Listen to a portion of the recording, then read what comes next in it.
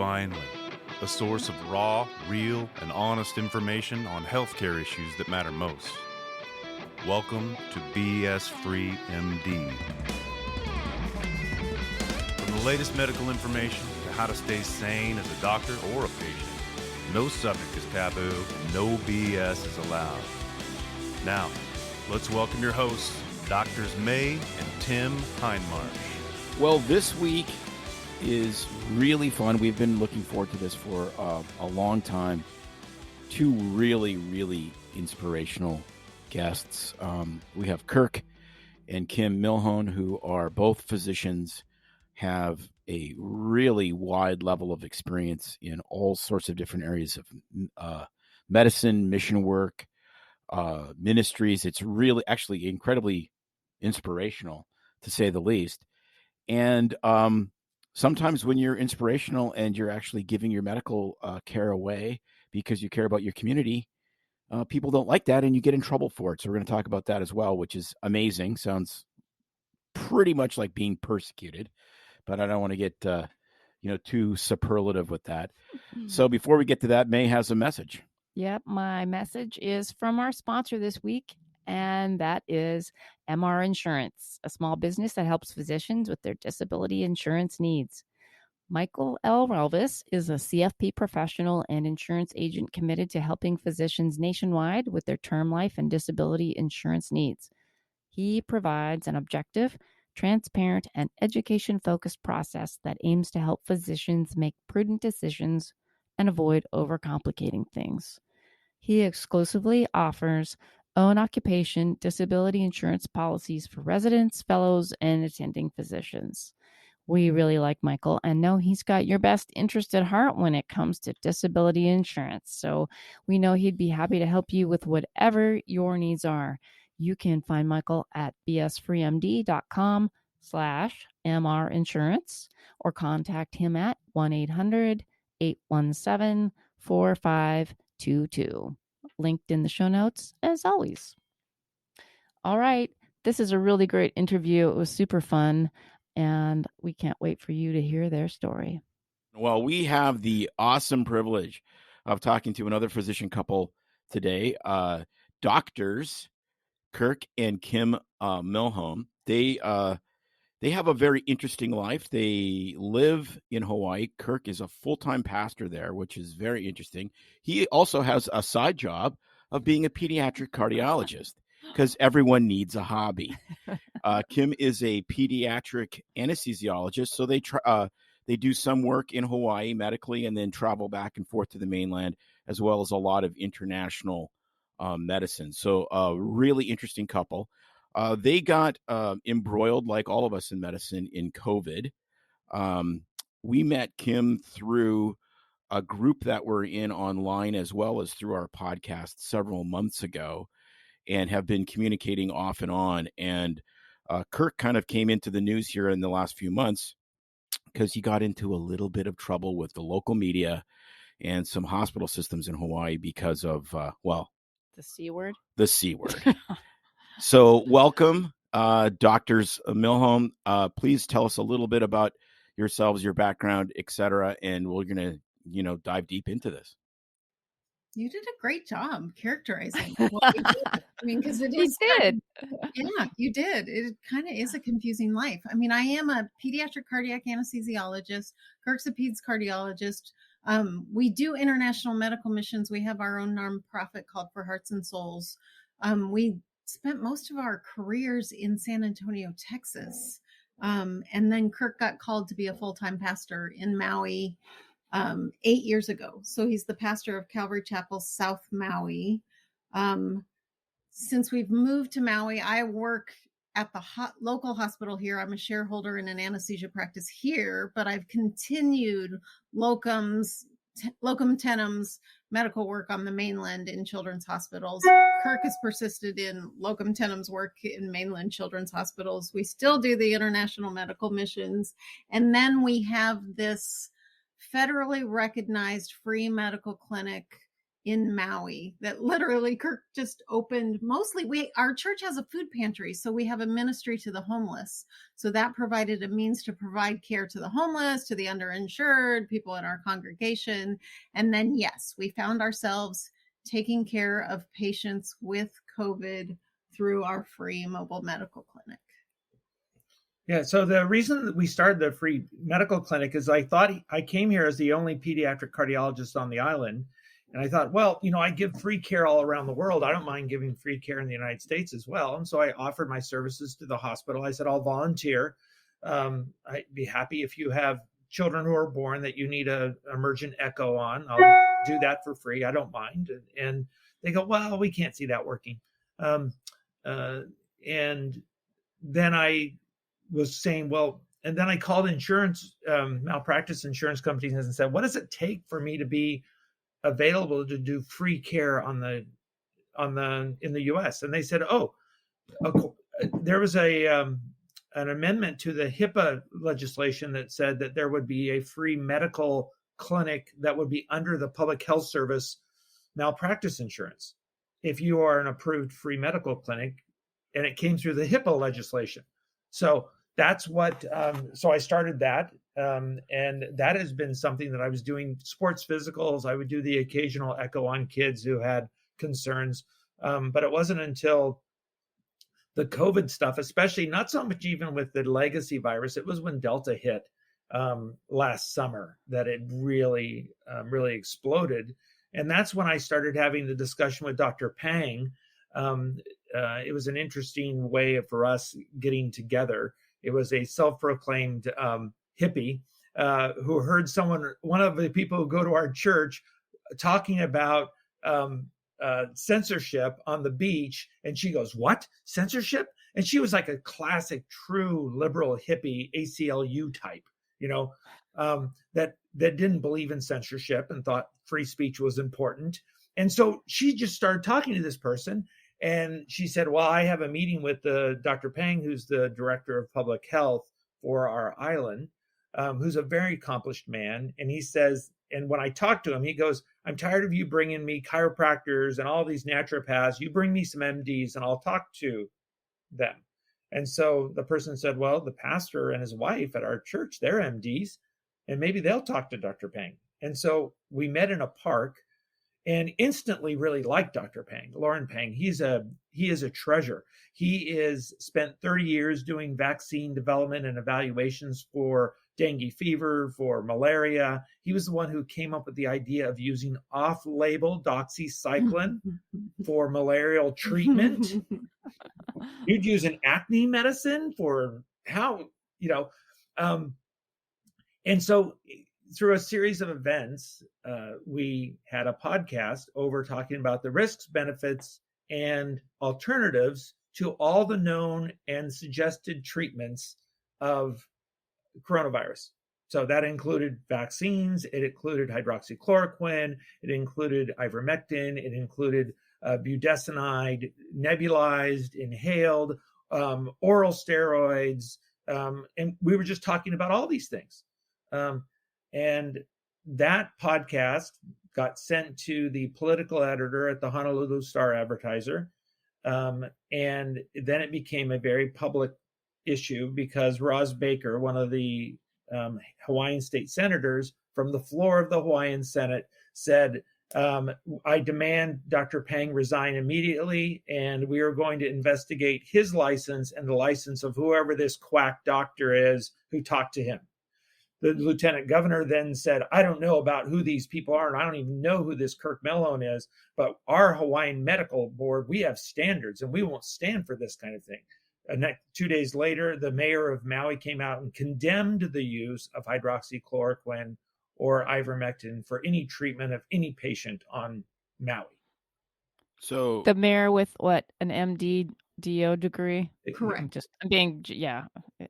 So all these things seem to, come from politicians or people with no medical background, just relying on word of mouth from other higher ups in government, right? I mean, so here you are having a conversation on a podcast, two MDs discussing what they know best, and then you have some politician saying, you're a quack because you don't know what you're talking about. Yeah, and Dr. Pang has probably vaccinated most of the UH Maui students. He's the one that started the vaccine program on the island and personally participated in vaccinating. And I'm a pediatrician. I vaccinated thousands of kids. Right. You know? It's just like, just saying it just sounds so blatantly stupid that, I mean, that it's just so mind-boggling, I guess. But this is what it is. That's how it starts. Exactly. Well, it really, I mean, it really is just amazing, because I've come up with this thing. There's something better, because Fauci's always, we need a randomized controlled trial. Well, no, you don't, because actually there's something better than a randomized controlled trial, which can be like unbelievably manipulated. I mean, when we interviewed Harvey Risch, he pulled the scales off my eyes on that when he goes, you can make this stuff say whatever you want. Right. It's called common sense. And you don't need science to tell you that if it's 20 degrees outside and it rained the night before, that maybe your driveway is going to be slippery. That's called common sense. You don't need you need science for stuff that doesn't make common sense and the results don't seem obvious. So then you do studies. So the common sense thing to do is, we have medications that appeared to work for the first SARS. So we should be deploying that like crazy. We should be developing vaccines. I mean, hello, you're both pediatricians. I had a full-scale family practice, did obstetrics as well. So I vaccinated gazillions of kids. You do all of it and you discuss it openly, because that's what you do, A, in a free society, and B, if you actually believe in science. It's called discourse. And we actually practice observation, right? My specialty, anesthesia, lends itself to that so much, because I'm real time taking care of patients. I give them a medicine, there's a reaction, or I see that some condition is happening. The patient's blood pressure is low. Okay, I think it's because of this. I'm going to intervene in this way, right? That's how we act as practitioners. I do it real time, second to second, minute to minute. But even as a family practitioner, you'll do it. Okay, I think this is what's going on with you. Let's try this. Come back and see me, right? Observationally, this is what's going on. This is my toolkit that I can use to maybe treat you. And we'll talk through, this might be the benefit, this might be the risk of it, but let's give it a try, right? So that's what we've always done as physicians. And we're kind of rejecting the notion that we actually always perform observational trials as physicians, right? We've rejected kind of the observation of the physician in this whole crisis. And they did there was actually a Cochrane report that looked at observational studies that preceded a randomized controlled trial. And they said with absolute rarity that the observational study almost always supported exactly what the randomized controlled study. So you don't get really higher than a Cochrane review. And they said, basically, your observational studies, your common sense of, wow, I used this medicine, it worked. I used this medicine, it didn't work. Or I used this medicine, it worked, and it had too many side effects, so I don't want to use that medicine again. The things that we do when we're on the ground, that was supported by a Cochrane study, ultra meta-analysis, to say that you don't need randomized controlled studies, especially in the middle of a pandemic when people are dying in front of you. Well, no, I mean, it reminds me. Well, and how does your brain even get to coming up with thinking of that randomized controlled trial, right? It's because of the observational analysis we're making. I wouldn't just go, well, let's see if we can treat COVID with wine just because I like wine, or whatever. You know what I mean? It's vodka, actually. But you know what I'm saying? Because there's this, it worked for this, there's this correlation. It's things we've observed and know from other studies or what we're seeing in real time that lend us to then set up those randomized controlled trials. I mean, as any scientist, it's like observations in nature. Therefore, you want to test your hypothesis. But anyway. Well, I think that just to put a point on this, I think the best example of this is blood transfusions. So blood transfusions grew out of the First World War. And so guys would get all shot up. They could, kind of sew you up or chop your leg off or do whatever so that you weren't bleeding out anymore. But now you're down, a third of your blood volume. So they would just, they had IVs, IV tubing then. So they would just connect two guys together.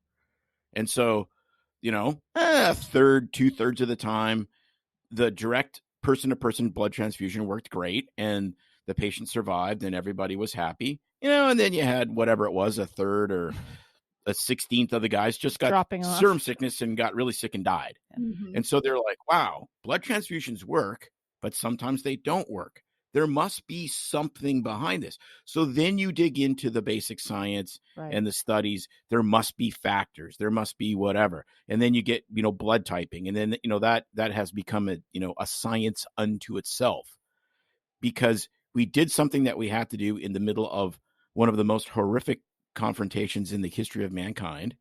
It kind of worked, but now it works great because we developed more science from just using our common sense. Yeah.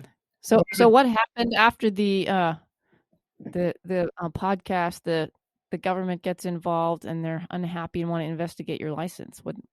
Tell us what. This is how I find out. You can imagine the reason I knew I was under investigation, or I thought I was under investigation, because the newspaper called me and told me I was under investigation. And they said, "Did you realize your license is under investigation?" And I said, "No," because I thought if my license, my very livelihood of being a doctor that I'd spent decades trying to get to, that were somehow under investigation, that I might receive a certified letter or something to that effect, right? If they wanted something from me, I would have expected it would be a return receipt kind of letter, certified, go pick it up letter. No, I heard about it in August from the Maui News.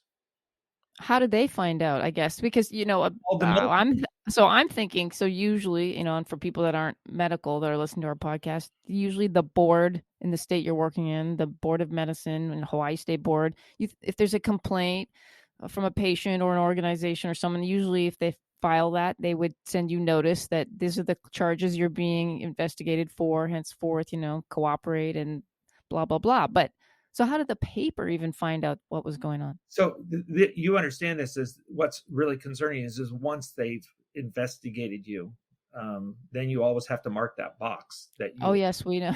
Yeah. Investigated. But what concerned me is that they called the board and the board said, yes, he's under investigation. I still don't know that I'm under investigation. I don't know what I'm under investigation for. But they put that all out over all the news outlets.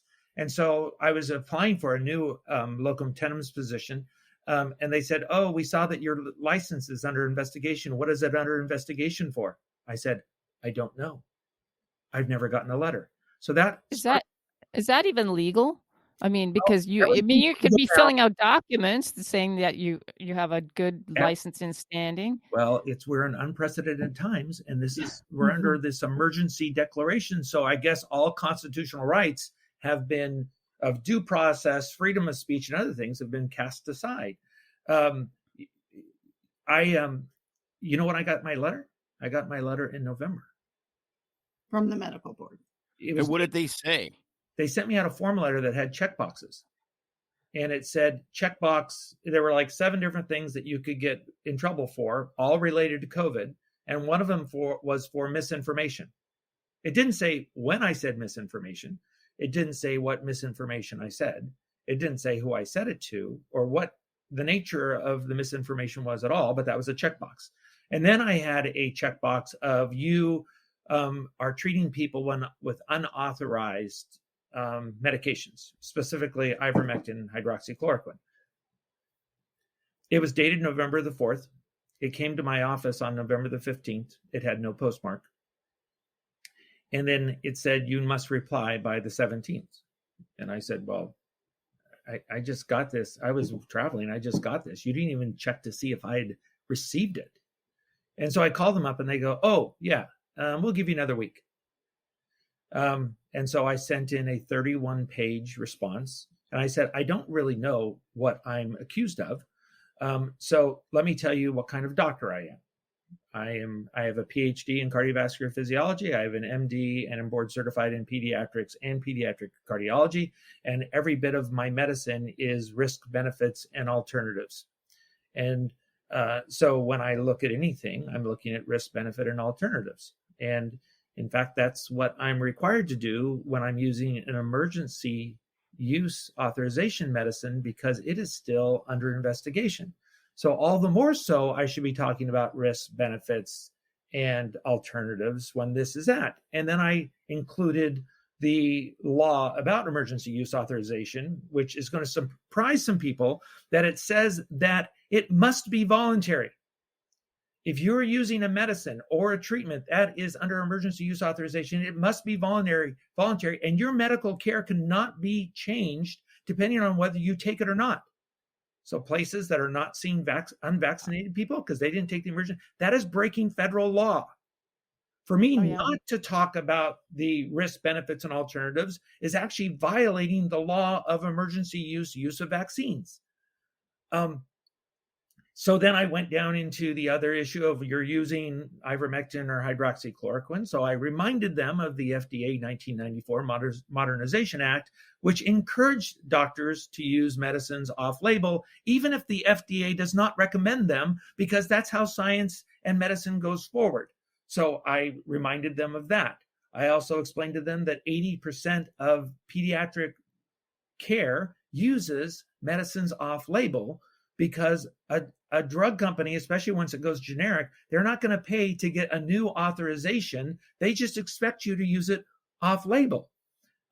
So I still don't have a response, but I'm still described in the media as someone whose license is under investigation, that I'm a quack. And if I talk about vaccines because of myocarditis, which I happen to have a PhD in cardiovascular physiology and pharmacology, specifically related to the inflammation of the heart, that somehow I don't have the ability to speak to that from a scientific or a physician level of taking care of patients in the ER who come in with vaccine injury and understand the mechanism of how spike protein causes this, whether you get it from a vaccine or you get it from the virus itself. So that's where we're at here in this crazy world.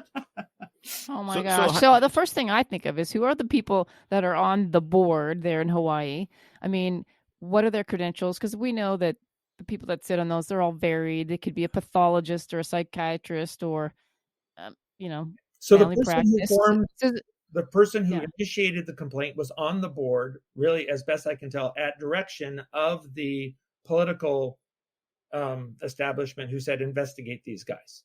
So that's the without being in the Star Chamber, the most we can say is that there was a call for the investigation of Dr. Pang's and my license from the floor of the Senate. That got elevated, and so the executive secretary of the medical board then initiated a investigation, which I heard about 3 months later. And you have not got a response. No, I have not received anything in writing over what is the disposition of my current state of investigation. If I had to guess, and again, this is worth exactly what you're paying for it, which is zero. I think that the powers that be have seen the writing on the wall, literally. They've had their Belshazzar experience, and they know this is done, and they know they've lost the political narrative. And if they've slow walked this far, they're probably going to slow walk it till it goes away, and then they'll just dismiss it, and that'll be that, and nothing will happen. Unless, because we've talked to several attorneys, we've actually become friends with a wonderful young attorney named Ryan Heath, who started something called the Gavel Project. I would encourage everyone to look into that. It is amazing. He is going after starting first lawsuit. It's a nonprofit company. This isn't some, get rich quick scheme.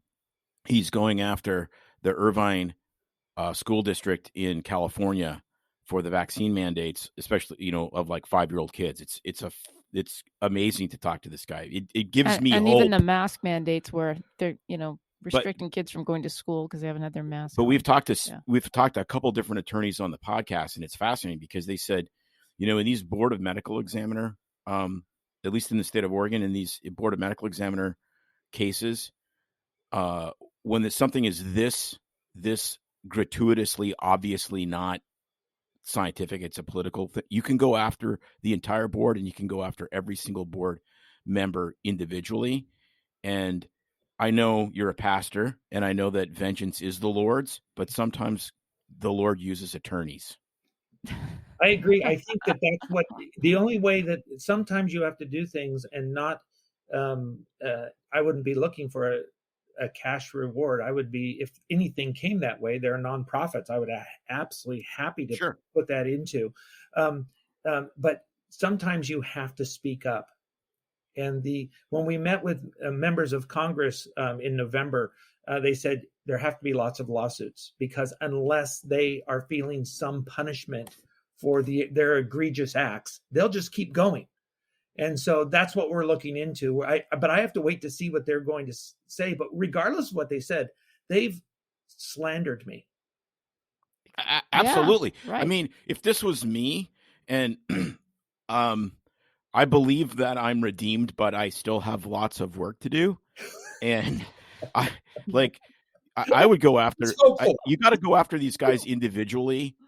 In my opinion, you go after them individually, and you go after them for slander, because there's no insurance. There's no backup plan, right? It's like if you own a clinic and you make a mistake and it's a malpractice claim, that's fine.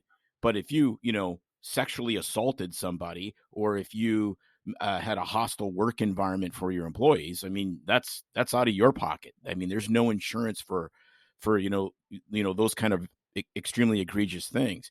And slander is a huge deal, and they wrote it down. I mean, they wrote it down and they signed it. Signed Dr. George Orwell. Yeah.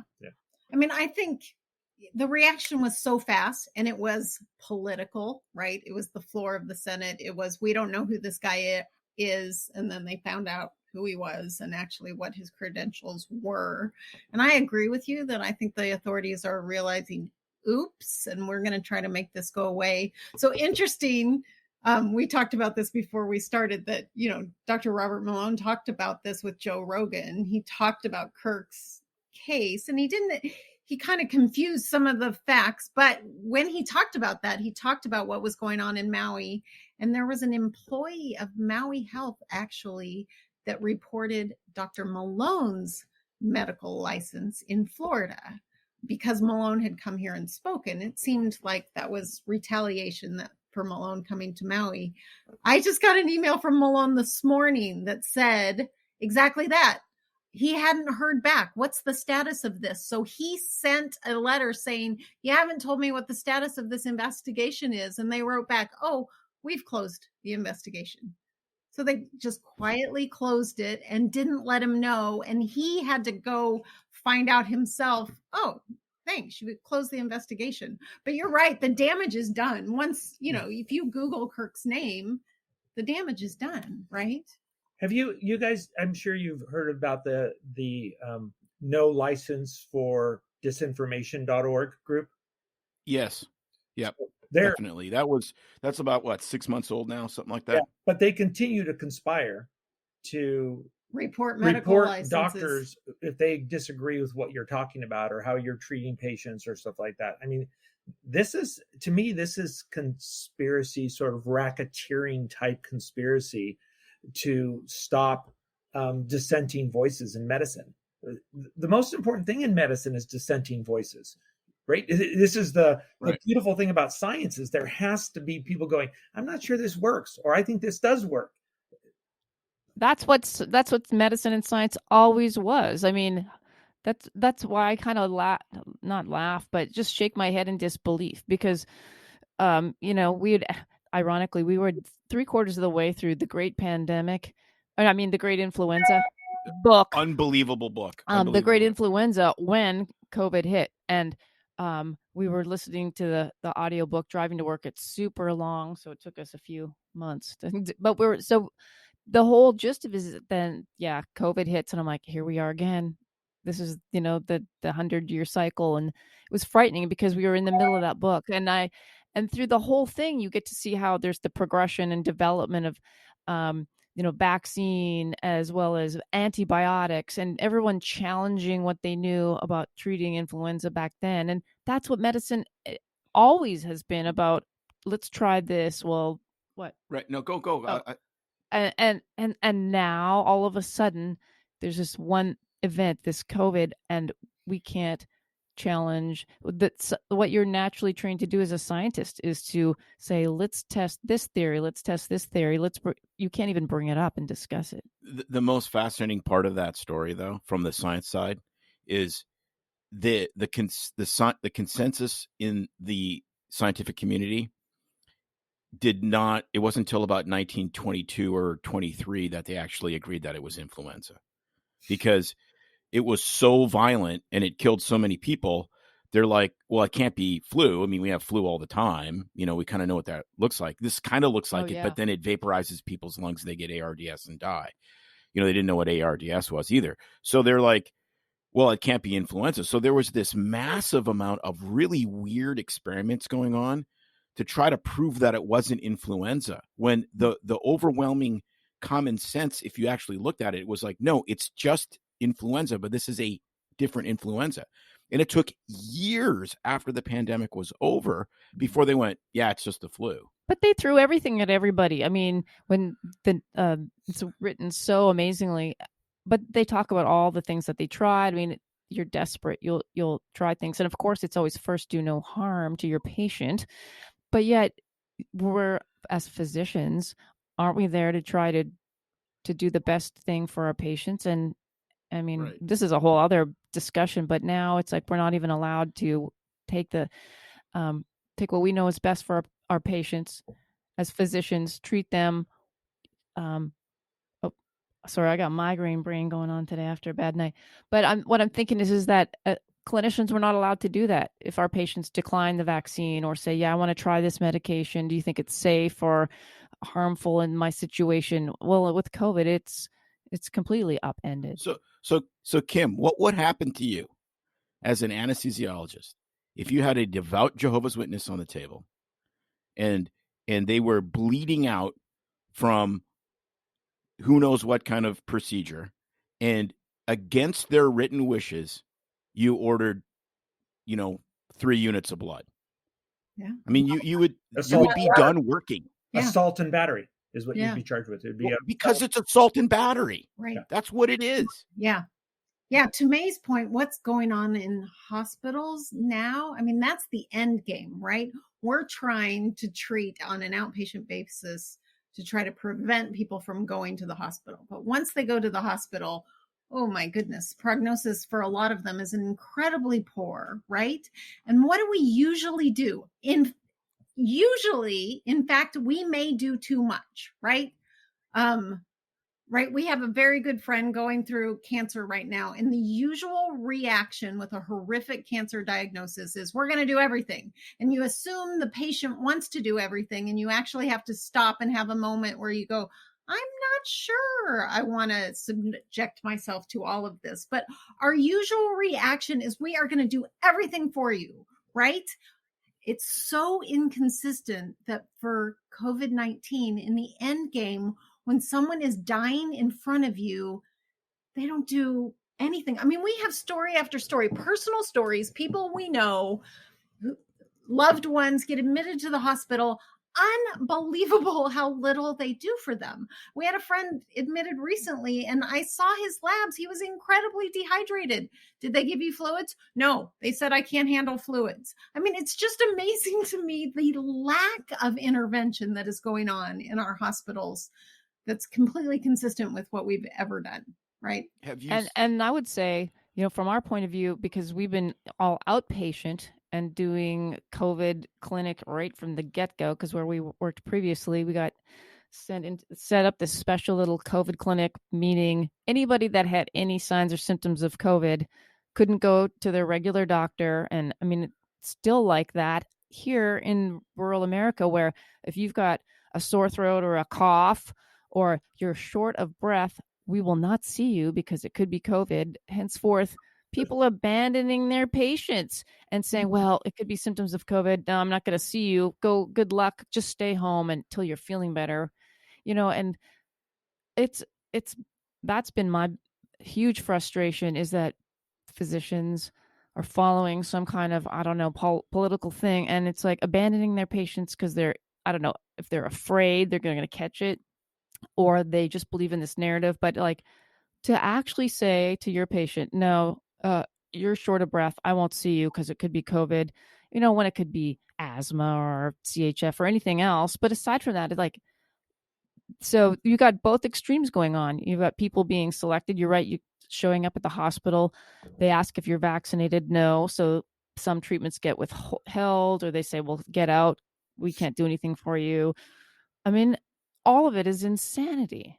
No, like I'm mad at physicians and the medical community as well as the politicians. I'm the most angry at doctors. I mean, to me, the only thing that really resembles what's gone on in the last 2 years was the opioid crisis, and that was our fault.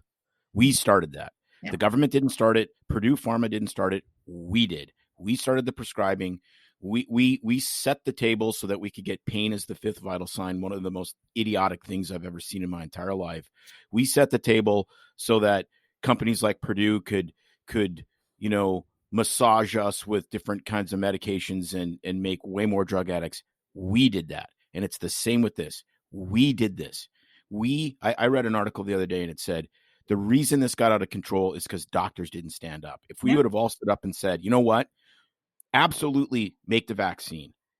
Absolutely try repurposed drugs. Absolutely build new antiviral medications. We want whatever we can get.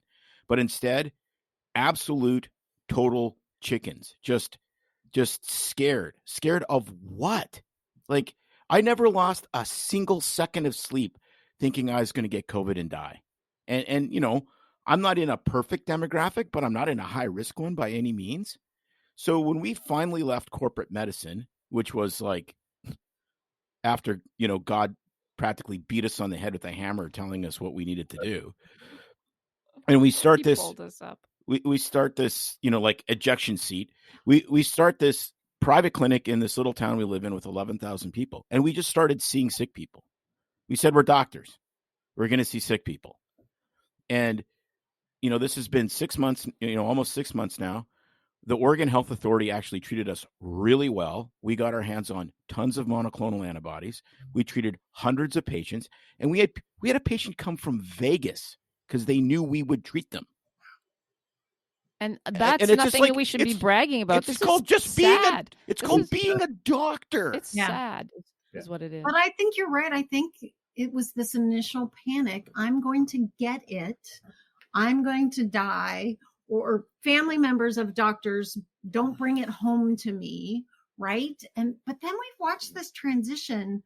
They're really angry. They're really angry at patients. And, I talk about this. I'm a pediatric anesthesiologist. I love taking care of kids.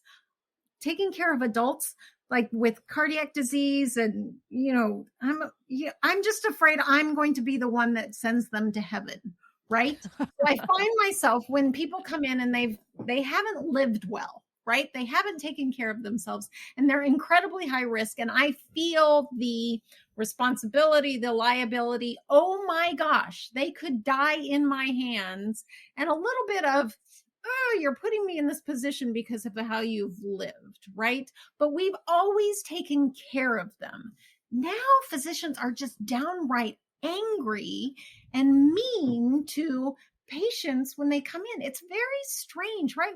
We've always taken care of the drug addicts, the alcoholics, the obese. We've done all those things. We haven't, right, expressed outright anger at these patients that are coming in. But the stories you hear of how people are being talked to by physicians, and we've enabled and allowed this practice to be okay all of a sudden. It's so hard to understand what has happened. Well, I have stories in our little town. This is loggers and truck drivers. These people are not exactly, ACLU members, shall we say. And they'll call, one of the clinics, in the nearby area, and they'll say, I have, blah, blah, blah, my son and I have a cold. And they're like, are you vaccinated? Well, no. Well, you're the reason why we're still in this. You are the reason. And like actual physicians saying that to patients, actual, front office staff, which is like, guess what? You don't have a license to practice medicine. You don't accuse me about anything because I'm going to come in there and start treating your massive herpetic ulcer on your lip from, and you just sit there and it's just like, So you're telling me the 20% of unvaccinated people, probably, at least a half to 2/3 of them already had COVID. They're the reason that there's come on. Yeah, I think that the physicians have really, Kim and I have been very disappointed with our profession. To hear that Fauci, it finally came out that Fauci and his discussion regarding natural immunity, which we have always respected, we've always respected it. It's always been respected. It became a political decision, not a clinical decision on whether it would be allowed. And they just decided politically that it wouldn't be allowed. We won't acknowledge it. And now, they won't acknowledge it. And they'll fire people who've had COVID. They basically take away their livelihoods.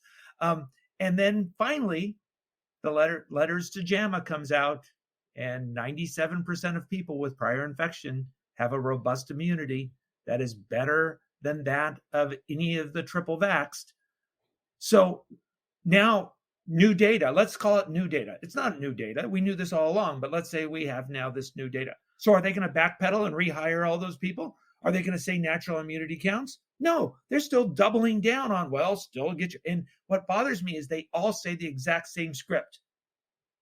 Wow, I got COVID after I was double vaxxed and boosted, but I'm glad that I was double vaxxed and boosted because my care and my treatment was much easier and I didn't have a difficult disease. You guys, were you sent that script from the Star Chamber to say the exact same thing over and over again? No, we hear it all the time. We both had COVID after we were vaccinated. And then we both got COVID, and you hear it all the time from friends, colleagues that say, well, it's a good thing you had, you were, because you could have been in the hospital or you could have died. So that's why you didn't. I'm like, well, how do you know that? I also eat mayonnaise on my sandwiches. Maybe it was that. I mean, it's just kind of silly, but no. I mean, it's stupid. It's like these geniuses that come out, and I explain this to patients and they love it because they know something's not right. And then when somebody says it in a really sarcastic way that makes sense, they get it. It's like these geniuses that came out and said, if we wouldn't have had the vaccine, there'd have been another 3 million people or 2 million people killed around the world. And I said, okay, so that's what they're saying. Well, how would you know that scientifically? That means they have an other world, another complete mirror of the world in another galaxy that they do studies on. That's the control world. And in that world, they had no vaccines. They had the exact same pandemic, and they counted all the people and they went, yep, there's 3 million more people dead. No, they pulled it out of their rears. That's where they got it. They just made it up because that's not science. Yeah. And they have the studies in Malawi where you have 20% of people vaccinated and they seem to be doing okay. Mm-hmm. Mm-hmm. So Kirk, are you working at all? Are you allowed to work while you're under investigation? Yeah, it still says I'm under. If you look on the website, it still says that I'm in good standing. But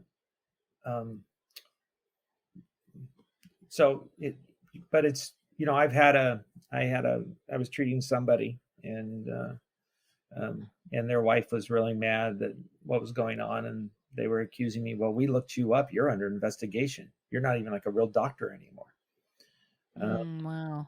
Wow. So, but the reality is or what really shocked me most is after I did a couple of print interviews before I realized that never do a print interview because this becomes a hit piece and they take you out of context. So I said, I'll do live interviews or not, but I'm not going to do your kind of stuff anymore. And, but nobody ever asked me how the patients did. Wow. They accused me of using horse paste and all these kinds of things, but they never asked me how the patients did. And I said, did you want to know how the patients did?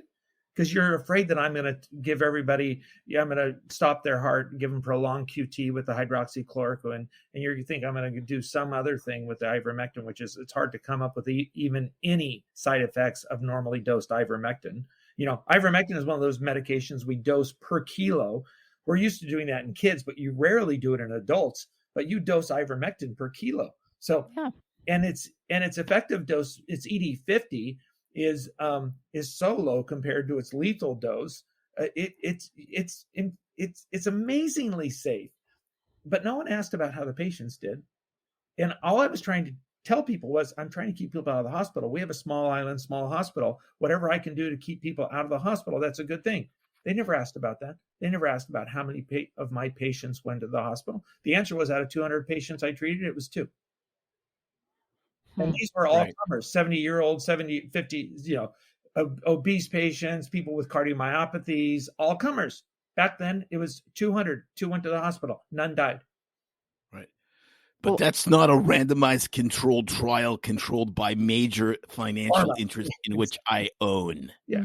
So the other thing I have to ask, as being, in cardiology and peds, Tim and I talked about this too. What about, so we were seeing after the vaccines rolled out, all kinds of people coming in with bizarre things happening. There was a correlation between getting a vaccine, and I'm not talking about just a rash on their arm. And that was kind of freaky for a while. We were seeing, I was diagnosing all this stuff that I thought was, I'm like, Lyme disease is going around. I'm seeing all these weird rashes. Well, it was vaccine rash and weird stuff on their arms. But I saw like a POTS syndrome.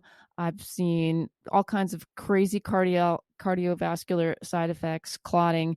And we talked about the fact that, Tim had a robust OB peds practice where he gave vaccines for how many years? How many vaccine side effects had you ever seen? You can count. I mean, maybe a kid after an MMR gets a fever and is fussy. And so now I'm like, now we have this new vaccine that's supposed to be safe and effective, yet we're seeing all these bizarre things happening. But yet we get shut down if we talk about it because we have no proof, and there's data doesn't support it. So I know our listeners, especially the non-medical ones, are going to want to know, from your point, have you been seeing a lot of vaccine effects? What about the myocarditis? What are you seeing out there in the real world? So I'm like you, and I talked to Angie Farella, who's a pediatrician down in Texas, who's also doing a lot of COVID care for all ages. And between the two of us, we probably have close to 50 years of pediatric experience. We had never seen a vaccine injury. I'd never seen one, 25 years. She's never seen one, 25 years. Haven't seen it. Now I see them weekly. When I give talks, when I do grand rounds about this, about specifically the myocarditis issue, is what I liken it to, and it sort of goes back to where the doctors went wrong, and what happened with the doctors was that they trusted the CDC and FDA to be honest brokers of the problem. That's because with RotaShield back in the late 1990s, we put it out and it caused a whole bunch of intussusception. And you know what they did? They pulled it out. You know what the rate of intussusception was? 1 in 4,000 to 9,000 kids who got the vaccine. You know what the rate is of myocarditis right now in kids? 1 in 2,300 to 5,000 for adolescent boys. It's that high. It meant signal. It should have been taken away. I've seen a whole bunch of strange arrhythmias. I had a kid who came in second dose Pfizer. If we don't see as much, probably if we had Moderna, we'd see even more. That's why Moderna was basically in the Scandinavian countries. They said, don't give it to anyone under 30.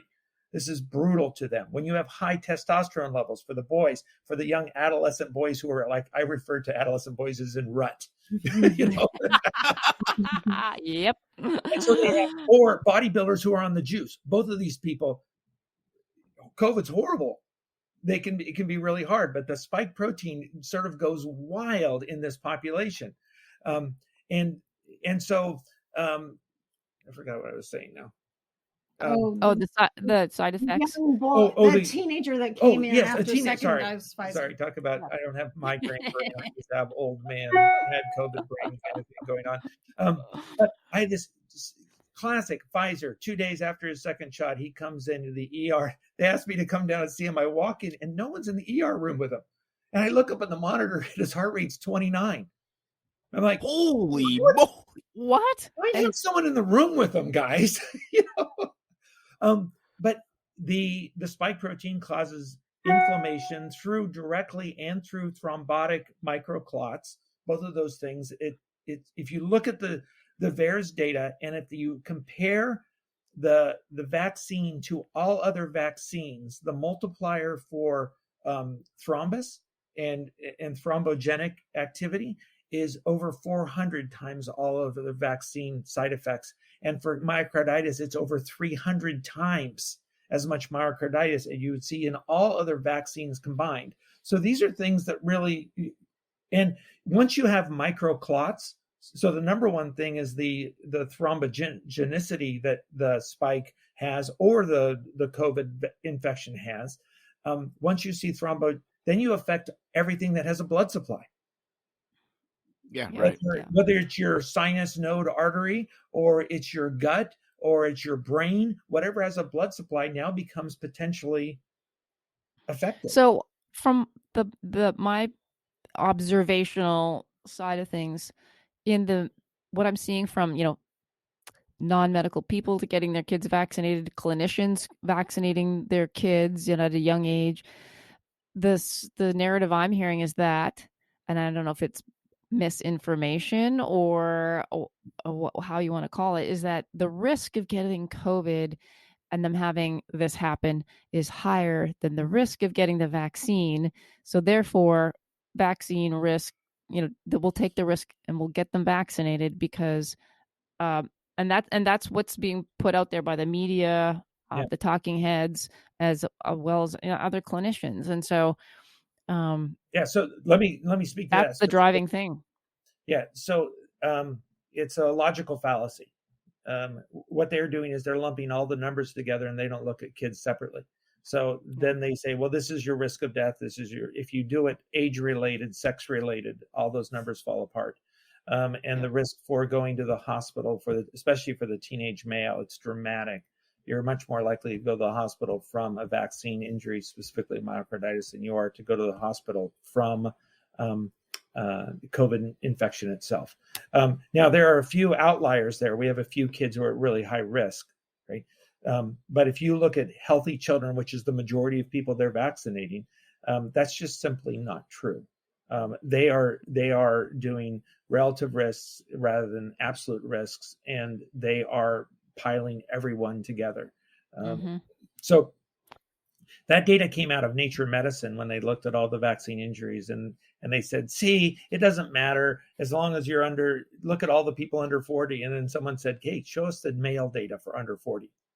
And all of a sudden it got dramatically different. You're like, you guys are epidemiologists. This is basic stuff, and you're hiding data. This is what they did in the New England Journal of Medicine article on vaccination in pregnancy. And they hid data in table 4E, and they made it look like it was the normal amount of miscarriages, and they hid first trimester miscarriages, which were 80% with the vaccine. And they hid it in table 4. That is egregious. That is unbelievable that you are hiding medicine in one of the most respected journals. Hiding data. Hiding data. Yeah. But it was the geniuses in Boston that got us opiates too.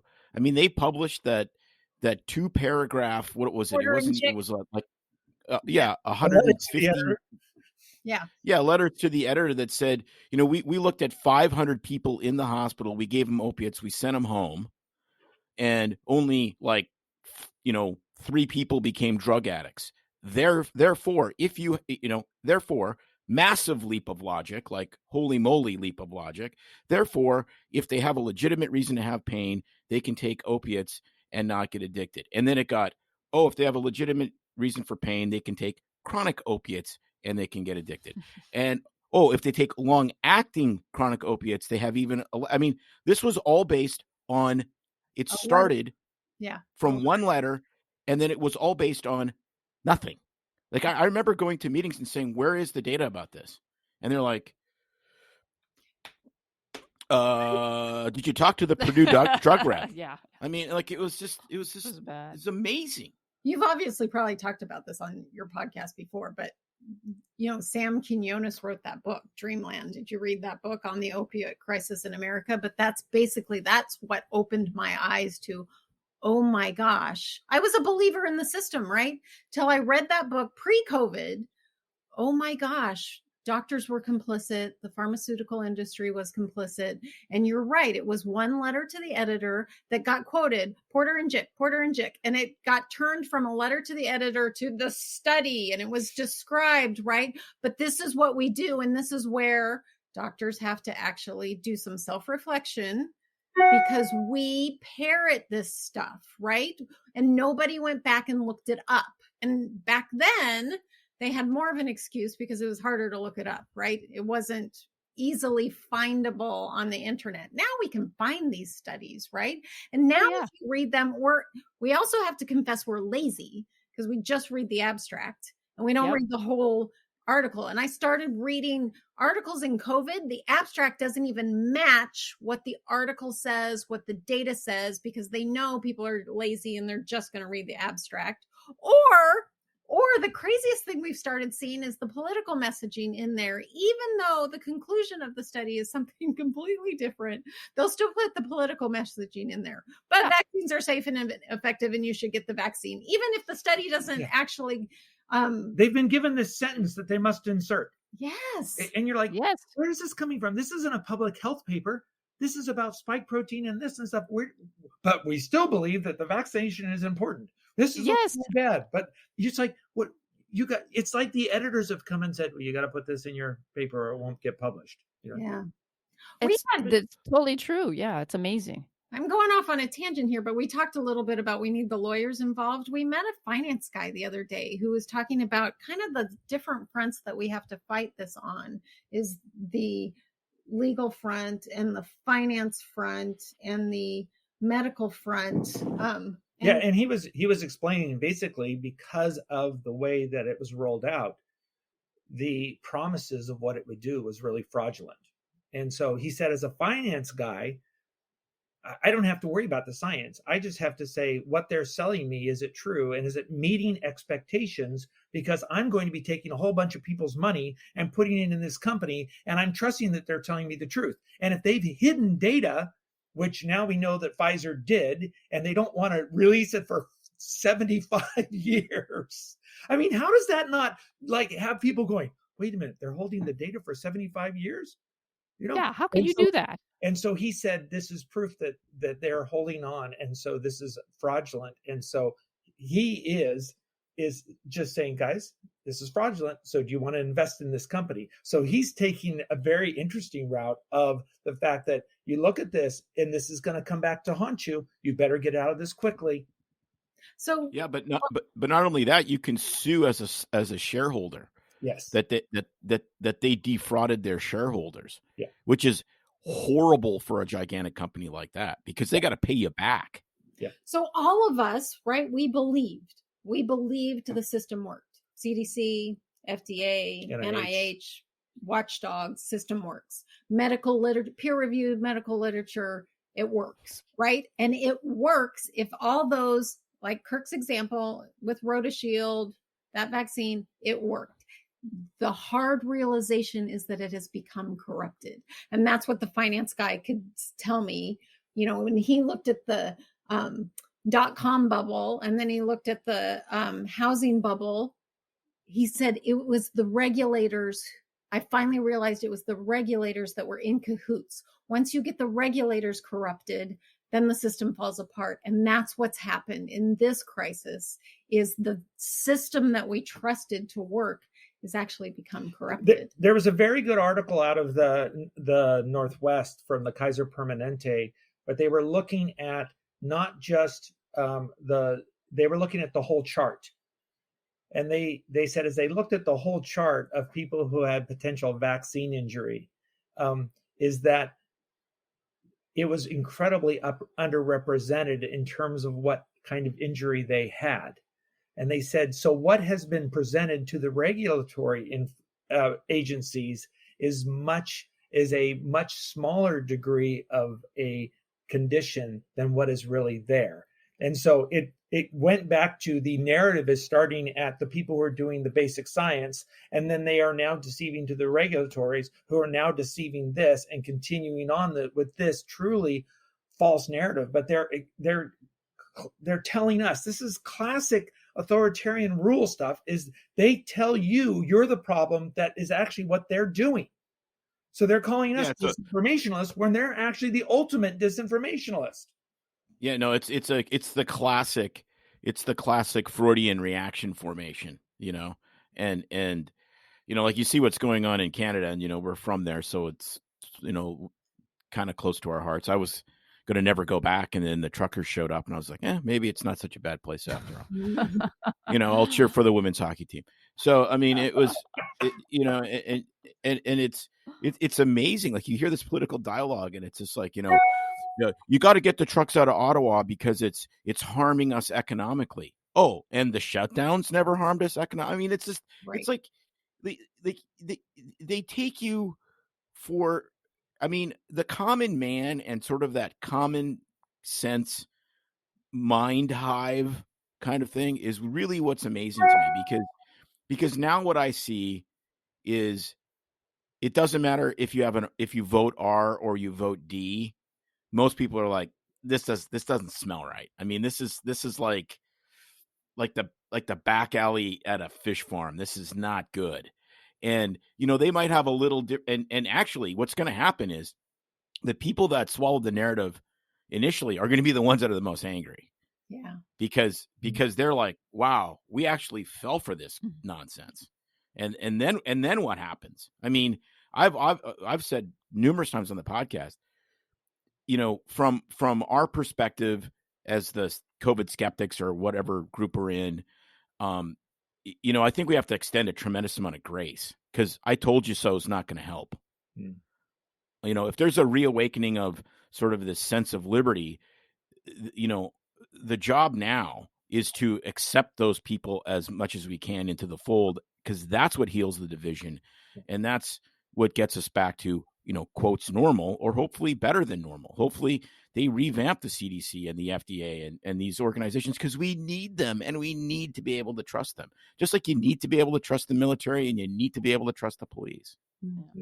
I think that's a big, one of the big issues going forward too, is that are we going to let doctors be doctors again, or are they always going to be under a corporate entity, which is dictating how much time you get to spend with your patient, what drugs are on formulary, what we got a discount for. And so we've all watched this over the last 20 to 30 years, as there's been this sort of slow creep of doctors having less autonomy in order to, how much time do I spend with my patient? Now it's how many diagnoses do I get to talk about with my patient for each given visit? Well, you know what? If you spread these out over 3 visits, then we can bill 3 times, as opposed to you seeing the patient and seeing all 3 issues at the same time. That's all corporate driven. That's not a doctor's idea. So that's part of, to me, this revolution that needs to come is a revolution in medicine to say, guys, this is really broken. And this really has shined a light on how broken this is. And getting back to where doctors get to be and really have a real relationship with their patients that isn't separated by a corporate medical model or an insurance company or a pharmacy involvement, and allow us to do what is really right for the patient. Well, the guys that are doing that well, and we need to get one of those heroes on our show for sure, are the direct primary care guys. Yeah. I mean, they've maintained, if they do it right, you basically maintain your income, whatever the market wage is for a primary care doctor, and they see less patients per day, but they take care of tons of stuff, because there's tons of things that you can do, especially in primary care, when you know the patient and you know the family, where they don't require a visit. I mean, and so, that's the medical home. But it's, and again, that's another bunny trail. But I also blame doctors. I mean, the reason the podcast is BS Free MD is I have been involved in the corporate level of medicine and the insurance side. I've done utilization management. I've sat on every single kind of subcommittee, pharmacy and therapeutics and whatever that you can imagine. And I just, my mind just finally just blew up, and I had to leave primary care, and I went to urgent care, because at least then I can see sick people, because it became not about seeing patients and caring for sick people and comforting people and relieving suffering, it became about metrics. So the Catholic priest that lives down the street from me, who I know has been chaste and never has ever drank a drop of any alcohol other than communion wine, and I've known him for 30 years, if he hasn't been seen for 6 months, to get the metrics done right, I have to ask him how many beers he drinks, if he feels safe at home, if he's at risk for a sexually transmitted disease, is he depressed and going to kill him, et cetera. And it's just nonsense. And it's like, well, I'm here for a hangnail. Right. And so like I saw that and I go, something's not right about this. I'm now my skills are being used to leverage a business model that I'm not part of, which, and my quote a little bit off color, I guess, but I said, if you do unpleasant things for money, that's a job. If you do immoral things for money, then you're a whore. And I was not going to be a whore for these giant companies anymore. You can use that word. Where that leaves us going forward, I don't know, but it doesn't matter. I mean, it doesn't matter. You can use that word because in the English Standard Version of the Bible, they use the word whore. So it's okay. You got clearance. Yeah. But you're right. Talking about direct primary care, direct primary DPC, the DPC model. For people to be educated that model exists and that is a satisfying way to practice medicine. The other thing that the lay public needs to be aware of is how frustrated and unhappy and unsatisfied physicians actually are, which is going to generate another crisis because so many of our colleagues that we talk to, they're done. The joy of medicine is gone. And so we're going to have a real shortage, right? That's how you feel, May? Yeah. I said to Tim, the only thing I was burnt, I hate the word burnt out. I was just kind of done quite a few years ago for various reasons, mostly money. I hung in there because it was easy. I mean, we practiced medicine almost 30 years. It's, I'm good at my job. It's easy to do now. And I can't kind of make that kind of money. And I've been like, I'll just suck it up. And what kept me going, though, through the last couple of years was COVID. I mean, it sounds ironic, but it was a chance to actually just help these poor people that wouldn't be seen by anybody else. I'm like, this is the time when we get to, like Tim says, this is our Normandy as physicians. We got to help people, keep them out of the hospital as much as we can. I'm like, yeah, I'm all about this. I want to reassure the poor person that's on the other end of that telehealth screen because they're crying and scared to leave their home, that it's okay. I want to be there to help these sick people know that, they're probably not going to die from their COVID, that, this is the armamentarium of things we're going to use, medications and supplements, and we'll keep an eye. I mean, that kept me going. It really did. But it's a different experience for a lot of people. And I can't even imagine. I mean, my sister's an ICU nurse and she is done ICU now because the amount of death that she dealt with she said it's basically PTSD. She dealt with so much death and dying during COVID that some total was more than in her whole career. And for physicians, all healthcare providers, I mean, it's tough and we're going to lose a lot of people. Yeah.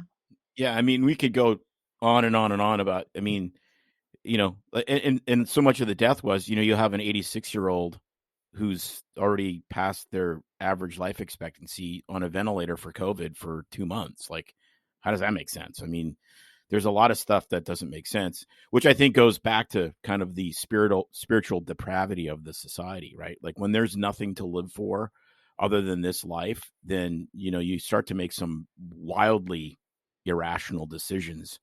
Because medicine's based on this foundation that no one's supposed to die, which is completely nuts.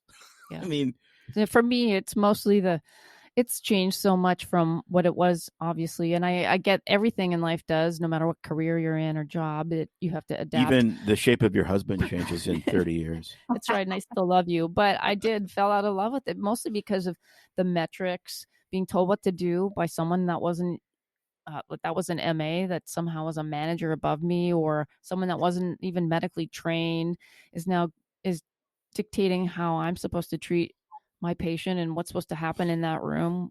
I couldn't do it anymore. So anyway, what about, I know I'm going to get bombarded with questions about this if I don't ask, but Kim, from your point of, your side of things, because you're in the hospital. What is happening with kids? We hear that kids now there's more hospitalizations of kids with COVID. They're super sick. They're dying. They're in ICUs. Tim and I were saying that we were worried more that with the lockdowns, not simple, but things like RSV and regular illnesses that they hadn't been exposed to was going to be the thing that started to really affect them and drive them to, hospital care more. But what are you seeing as far as hospitalizations with kids, COVID, and the numbers from just your observational point of view? So interesting. You have to observe, what have we done to change the milieu, right? I mean, this lay person was asking me this the other day, right? Because we've lived through 2020 and we lived through 2021. And if you talk about how things were in 2020, didn't seem that bad, right? Kirk just said, things really heated up 2021 when Delta hit. We had rolled out vaccines by then, right? So I didn't see a lot of COVID positive kids. I'm an anesthesiologist, so I see them if they end up coming to me for their procedure, right? They're going to get canceled if it's an elective procedure. So I just see them if it's an urgent or an emergent procedure. But I still wasn't seeing a lot of kids that were COVID positive or were getting procedures canceled because they had COVID. Now, post-vaccine, we've added that to the milieu, right? Things have changed. So what I saw before, it's the late teenagers, obese, diabetic. Those are the ones that were coming in sick with COVID, right? High risk. Healthy kids, you're not seeing complications with COVID. Now we're seeing bizarre things like, I took care of a critically ill 9-year-old with RSV. I don't take care of critically ill 9-year-olds with the RSV, right? So you have to draw this conclusion. There's something that we've done that is different, that I'm suspicious it's not COVID. It's because we've introduced this vaccine into the mix. With immunosuppression. Well, and we shut down. And then you open up and all of the stuff that kids normally have to get, they still have to get. Yeah. I mean, I'm scared to death of RSV. Like in the next year or so, I think that could be a horrific scourge. Now, Moderna's already come out and said they want their triple vax, which is COVID, RSV, and flu. And I'm like, okay, well, is that going to work better than the RSV vaccine that you guys tried 50 years ago where it actually caused ADE? And, the COVID vaccine probably causes ADE, I think Helen Keller could see that that's the case at this point. So I'll just get the triple one. That'll be even better, right? I mean, it's like, I already got a headache. Let's have more drinks. Yeah. I mean, it's drunken sailors. I walk through the ICUs all the time because when I do inpatient cardiology and I walk through the ICUs. The exception sort of, the exception proves the rule. Everyone makes a big deal when one kid gets sick from COVID. But when you treat kids, they fly through COVID like no one else. They have good IgA immunity. They still have good T cell function from their thymus and tonsils and everything else like that. They fly through this. The data from COVID versus influenza out of Turkey, where they contemporaneously looked at hospitalization, ICU care, and intubation, was dramatically higher than with flu than COVID. So I think everything is reassuring about kids with COVID. They're not big vertical transmitters. I think it's because they're such good IgG immunity that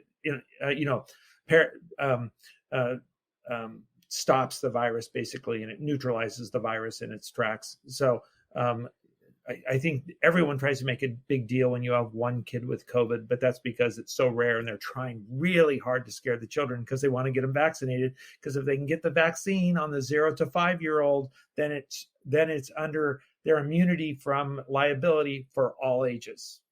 It's that's something that people don't understand, that you don't get the blanket immunity unless you have a vaccine that's essentially not mandated, but it's the vaccines for kids stuff where it's a recommended vaccine for children. When that box is ticked, then it extends your legal immunity to adults and everybody. If it's just, so I guess, Shingrix or Prevnar 18 or whatever, 19, whatever it is for adults. If you have a vaccine injury from that, you can sue them or whatever. But I mean, that's why this shingles shot is so expensive. But, and so that's a big, big deal. But man, I think that they're playing with fire here because if you can show that, you're pushing this through, regardless of the immunity or the legal immunity debate, but you're pushing this through just to expand a market where the market really doesn't need it. And as there's clearly going to be more signals of harm, there's going to be completely amoral people that have no political anything, where the only party they vote for is the money party, where massive lawyers come out and go, no. There's so much. This is fraud. This is not just a vaccine injury. This is not a complication from the vaccine. This is willful.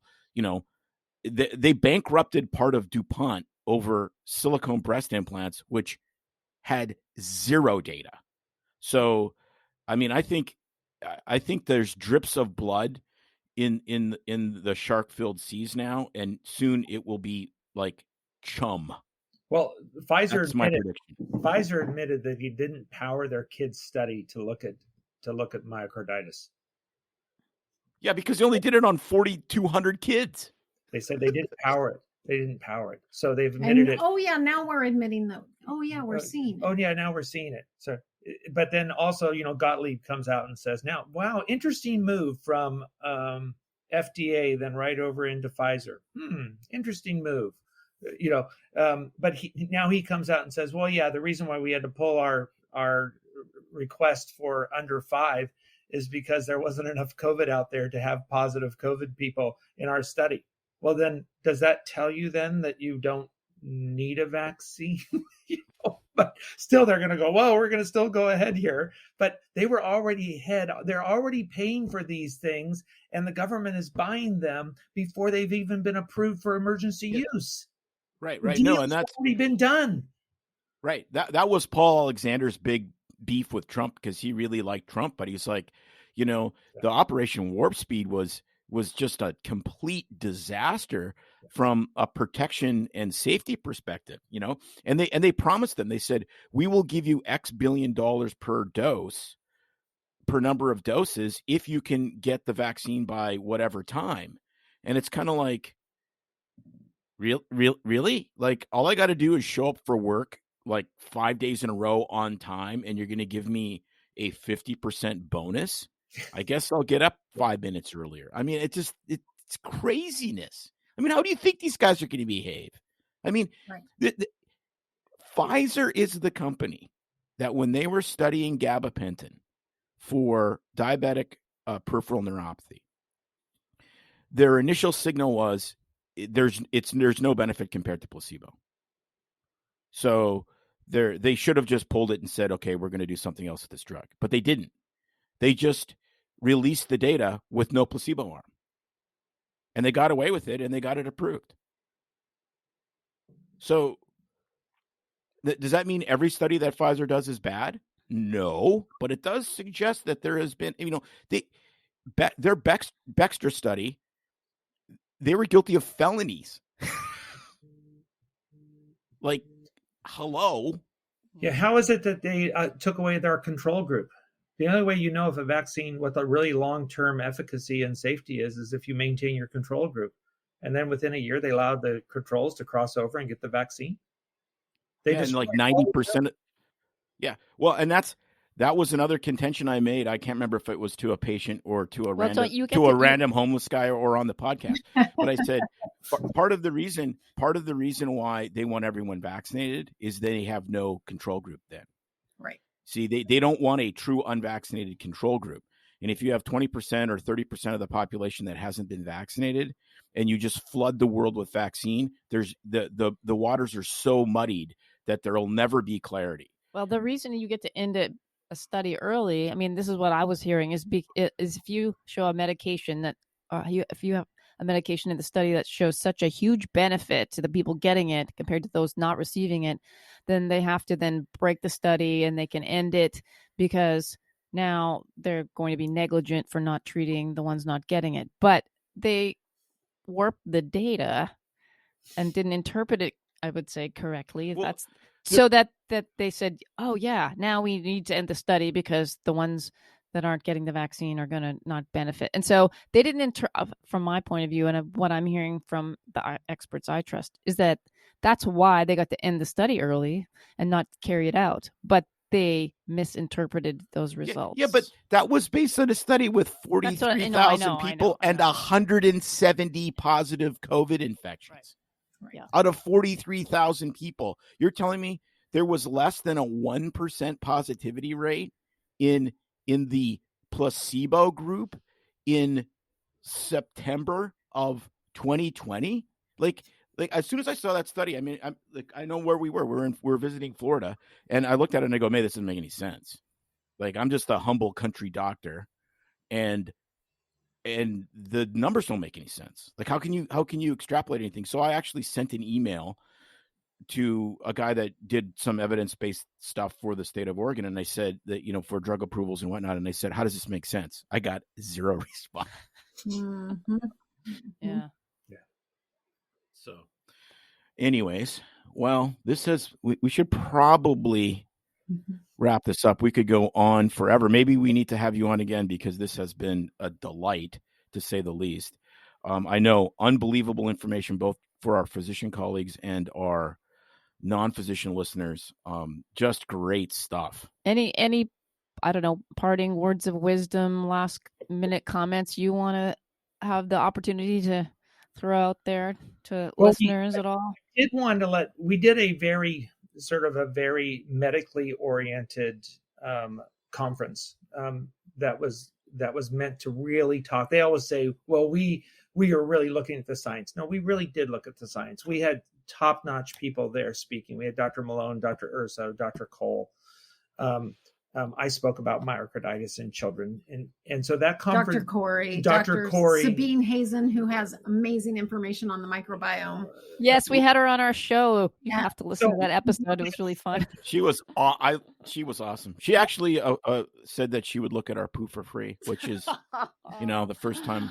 You have to pay me a lot to look at yours. We have that up and available. People can go and look at it. They can get CME. It's not expensive to get CME, and it's 8 units of CME with top-notch lectures. So that's I would encourage people to go to Global COVID Summit Maui.org to find that. Excellent. We'll link that in our show notes so that people can listen, go straight to the show notes, click, and straight to the CME. Cool. The parting word I would have is my warning to everybody is where there's censorship, that's where the problem is. Yep. Well said. Could not say it better. Thank you, Doctors Kim and Kirk Milhoan. Just very enjoyable time, incredibly informative, and we cannot wait to talk to you again. Thanks Thank you. For spending Appreciate time it. with us. Well, I mean, we could have talked to them forever. I mean, talk about living.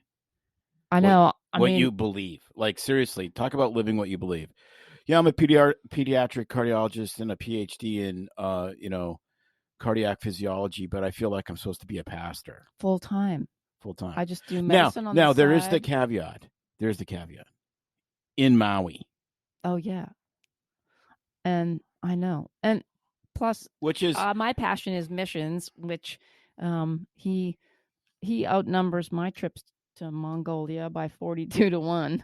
So I'm a little jelly. Although I don't know, I picked the Philippines because Mongolia was kind of a desert wasteland, but still sounds like a lot of fun. I'd love to join them. They're a great couple with a huge heart for their patients, and their passion for medicine is so evident. And it was great having a conversation with them to just hear their perspective in a totally, different state. They work on the mainland as well, doing locum, so they are seeing things across the country, not just through the eyes of Hawaii, which was really a great perspective as well. But you know what else? You got to take away from this, and it's this is significant. Is they're not cranky. When you hear Peter McCullough interviewed, he's not cranky. When you hear Robert Malone interviewed, and he thinks that there's very nefarious things going on with the World Economic Forum, et cetera, et cetera. He's not cranky. Yeah, they didn't like you do listen that. to these people that are on sort of the COVID skeptical side or the vaccine skeptical side or what I'd like to call the science side. And it's like they're very angry at people. We're not they're not angry, but the other side, it's like, I am the science, I shall smite you from my smiting smiter at the NIH. And you know, and then you listen to like guys like Francis Collins, who is the head of the NIH, who was touted by all of these evangelical leaders as this, you know, man of science, man of God. And what was his letter? We must crush the opposition.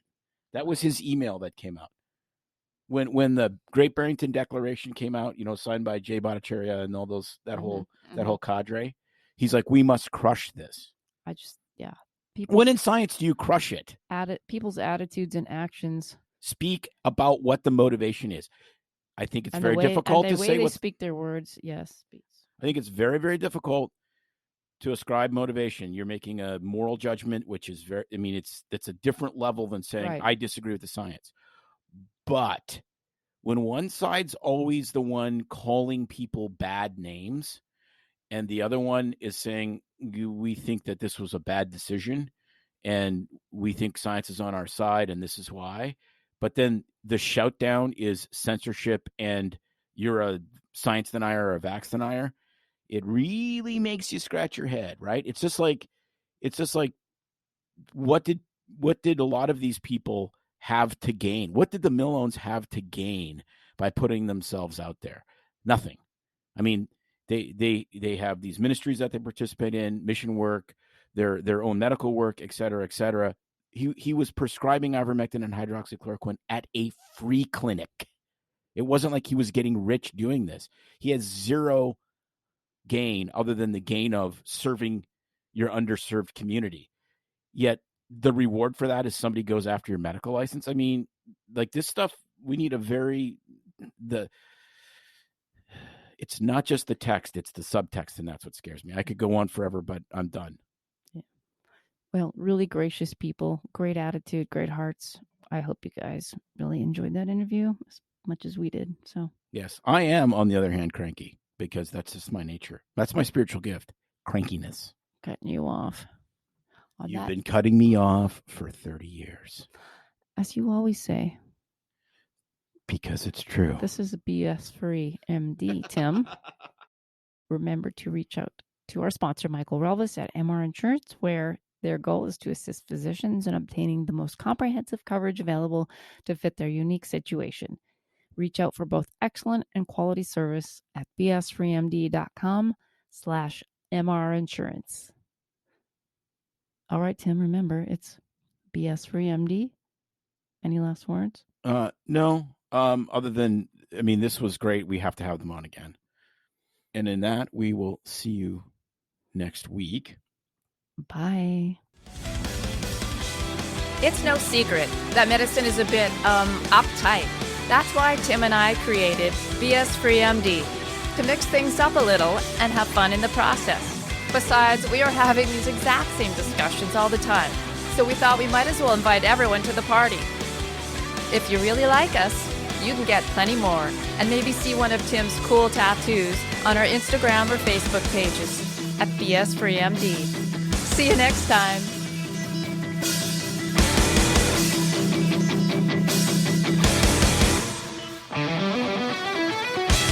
While we try to keep BS-free-MD as raw and real as possible, we can't be held responsible for any medical decisions or discussions had as a result of what you've heard on the show. We know, bummer. But the truth is, we really do care about your questions. So feel free to reach out to us by email at doc@bsfreemd.com.